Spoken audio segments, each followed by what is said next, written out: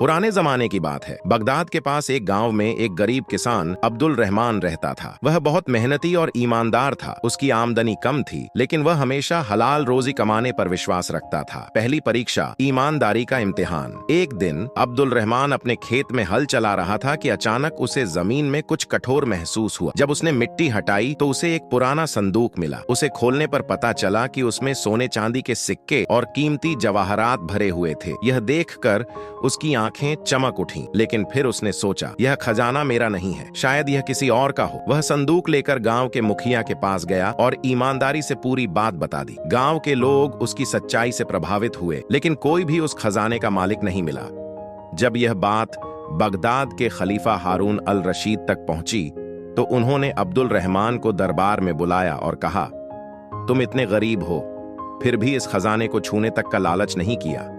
यह तुम्हारी ईमानदारी की सबसे बड़ी मिसाल है। खलीफा ने उसे इनाम में एक उपजाऊ खेत और कुछ सोने के सिक्के दिए ताकि वह अपने परिवार के साथ अच्छा जीवन बिता सके। दूसरी परीक्षा, सब्र और तकवा। अब्दुल रहमान को नया खेत मिला, लेकिन अल्लाह ने उसकी परीक्षा लेनी थी। पहले ही साल उसके खेत में टिड्डियों का हमला हुआ और सारी फसल नष्ट हो गई। फिर भी उसने शिकायत नहीं की और सब्र से काम लिया। वह रोजाना तहज्जुद की नमाज पढ़ता और अल्लाह से मदद मांगता।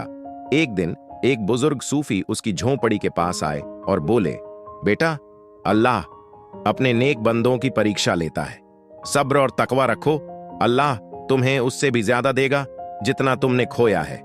अब्दुल रहमान ने इस नसीहत को दिल से लगाया और मेहनत जारी रखी।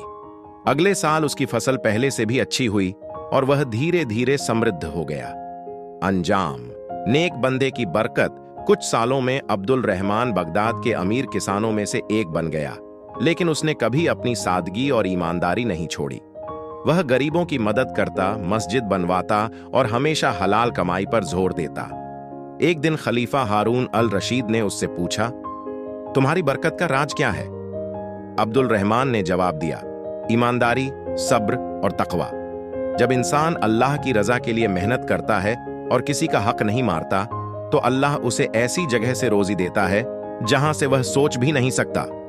सीख, इस कहानी से हमें यह सीख मिलती है कि ईमानदारी से बरकत होती है। सब्र हर मुश्किल का हल है। तकवा, अल्लाह का डर और परहेजगारी इंसान को कभी धोखा नहीं देता। जब हम हलाल कमाई पर यकीन रखते हैं तो अल्लाह हमारी रोजी में बेइंतहा बरकत डालता है। वास्तव में कठिनाइयों के बाद आसानी आती है।